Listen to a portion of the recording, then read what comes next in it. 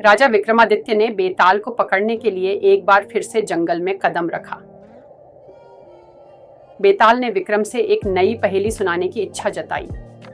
बेताल ने राजा को एक कहानी सुनाई। एक बार एक राजा के दो प्यारे बेटे थे जिनका नाम अनिरुद्ध और विक्रम था। राजा को अपने दोनों बेटों पर बहुत गर्व था। एक दिन राजा ने सोचा कि अपने बेटे को एक महत्वपूर्ण शिक्षा देने के लिए एक परीक्षा लेनी चाहिए। राजा ने घोषणा की कि जो बेटा सबसे अच्छा काम करेगा वही राजा बनेगा। दोनों बेटों ने अपनी अपनी कोशिशें की, लेकिन राजा को लगता था कि उनका एक मंत्री, जो कि बहुत चालाक था, अनिरुद्ध को राजा का उत्तराधिकारी नहीं बनाना चाहता था। मंत्री ने अनिरुद्ध को एक जाल में फंसाने की योजना बनाई। मंत्री ने राजा से कहा कि अनिरुद्ध को न्याय का पाठ पढ़ाना चाहिए और एक बहुमूल्य खजाना लाने का आदेश दिया। अनिरुद्ध ने सोचा कि वह इस आदेश को पूरा कर देगा, लेकिन उसे मंत्री की चालाकी का एहसास नहीं था। अनिरुद्ध ने खजाना प्राप्त करने के लिए बहुत मेहनत की, लेकिन जब वह खजाना लेकर लौटा तो मंत्री ने उसे धोखा देने के लिए कहा कि खजाना चोरी का है और अनिरुद्ध को जेल में डाल दिया।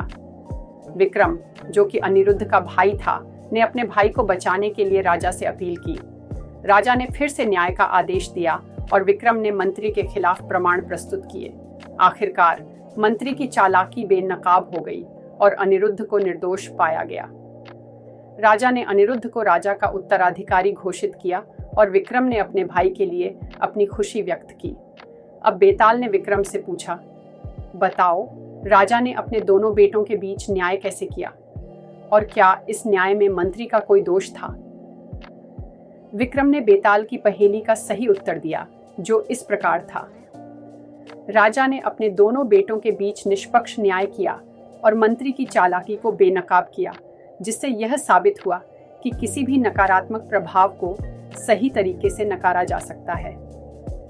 जवाब सही था, लेकिन बेताल फिर से विक्रम को धोखा देने के लिए उड़ गया और विक्रम को फिर से बेताल को पकड़ने के लिए जंगल में जाना पड़ा।